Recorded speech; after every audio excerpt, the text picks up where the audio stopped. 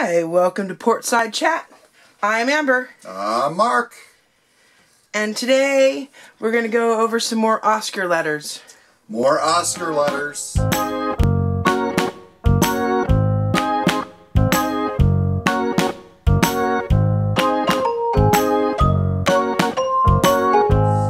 have a third letter from Oscar. For those just tuning in and finding out about Oscar, Oscar was a friend of my grandmother's, and he was born in the late 1800s in Russia. And the letters chronicle his youth as a young boy and a little bit later after he makes it here. So, without further ado. And this is the third letter that we have so far. February 16th, 1988. At the end of the week on Saturday, Grandma took my brother and me to a cousin where we spent several hours. Towards evening, Grandma told our cousin that our maternal grandmother, mother's mother, was coming either that night or on the following morning to pick up my brother and take him to a town to live there. A short time later, we both sneaked out, leaving Ben, his younger brother, in charge of our cousins for the time being, while we headed towards a railroad station where she bought 2 tickets for a city called Gaysin. Hopefully I didn't butcher the name. Almost a day's journey from Odessa. Odessa was where Oscar was from. Gaysin is the capital of the province by the same name in central Ukraine, Russia. At the station, there was considerable activity with hundreds of soldiers moving about in all directions and some standing on every car platform. Russia railroad cars are built differently than American railroad cars, which have 2 rows of double seats through them along the center aisle. Russian cars have individual compartments along one side with 2 long seats in each compartment facing each other. And it's typical of European cars, not just Russia. Grandma and I sat down in the first compartment after passing the guard who stood on the platform. We were sitting there for about 2 or 3 hours, or even longer, when another passenger came in. This individual was a very unusual personality. He was a man with bushy hair, wearing a long black coat, boots, and a large black hat.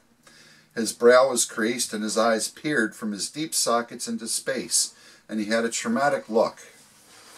When I saw this stranger, I moved away from Grandma and moved towards the window of the other car, and the old man sat down next to Grandma.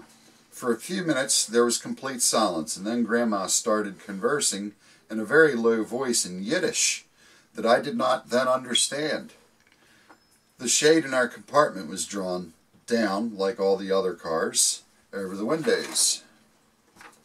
Being an active, inquisitive youngster, I decided to see what was going on the outside, so I lifted the shade a bit and then put my head next to the window and saw some of the activities on the platforms and all around. All of a sudden, a guard barged into our compartment and began to holler and curse and gave me a good whack over my head with his sword sheath as he pulled me away from under the shade. Whack! It hurt for a while, but later the pain subsided.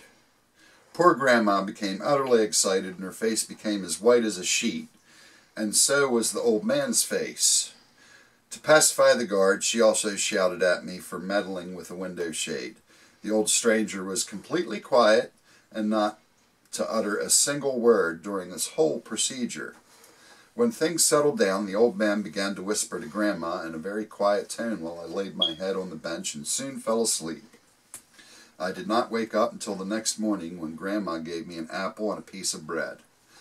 I kept lying down until the middle of the afternoon, and later in the day the train approached Gaysin station.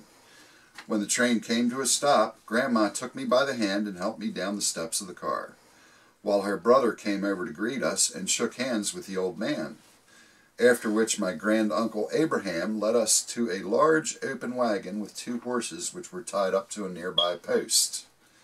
Must have been the taxi service. Yeah. Hey, this was approximately 1904. Yeah. So, you know, horse and buggy still. Grandma's town was located 20 miles away, which required 4 hours travel. Grandma kissed her brother, who helped her to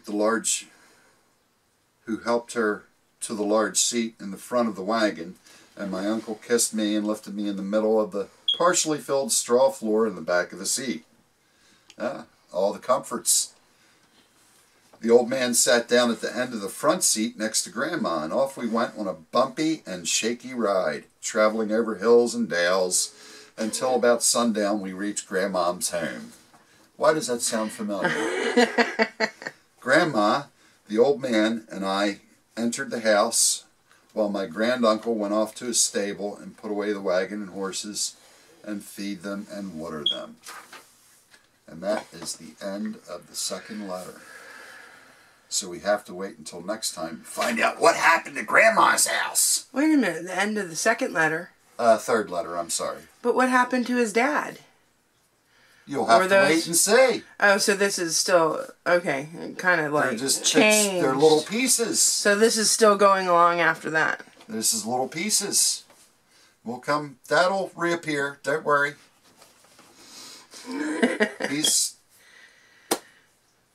obviously traveled, and I looked up on the map. It's probably, I don't know, 80, 100, 120 miles between Odessa and Gaycine. I couldn't tell exactly. That was a good little railroad ride. So, yeah, it took them, it sounds like, all night on a train, and then all day on the horse and carriage to go 100 miles. Modern convenience, that's one of the good things. There you go. I'm sure there were no paved roads. Train was king up until the interstate system. What part of Russia is this at, like? Odessa was a city toward the southern middle part of Russia in the Ukraine, which of course the Ukraine existed then. It doesn't exist today as we know it. It was, a sovereign state at that point until it got sucked up into all the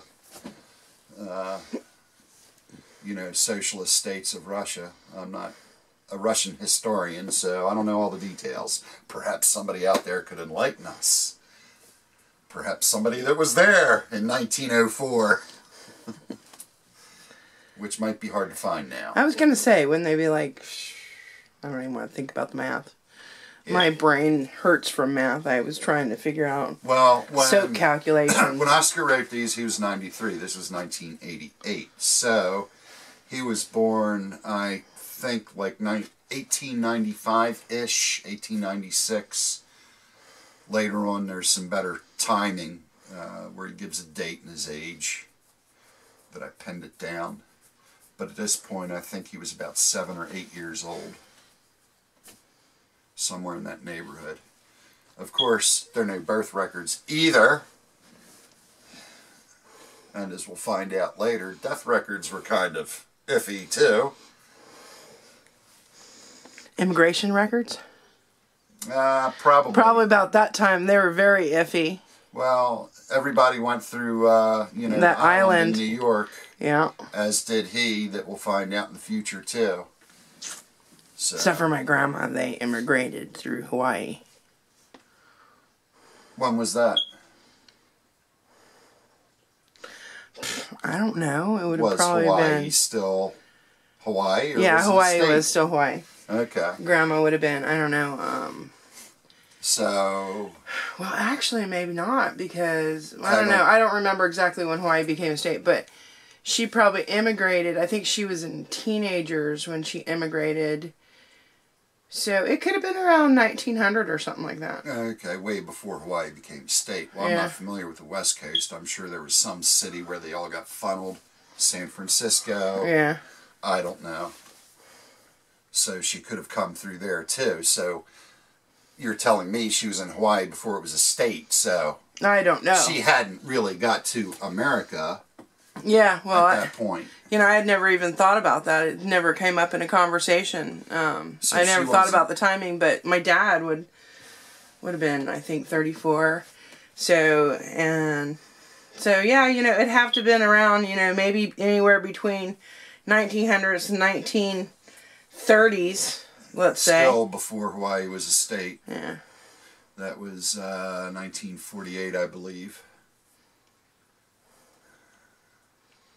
Wow, there's some stories that would have been interesting to ask. There you go. So, if you're just joining in, make sure to subscribe so you can see what goes on with Oscar. And we've got 2 previous letters that you can catch up with this story. It's just getting started. And hit the like button and leave a comment. And we'll see you again. Don't forget to subscribe.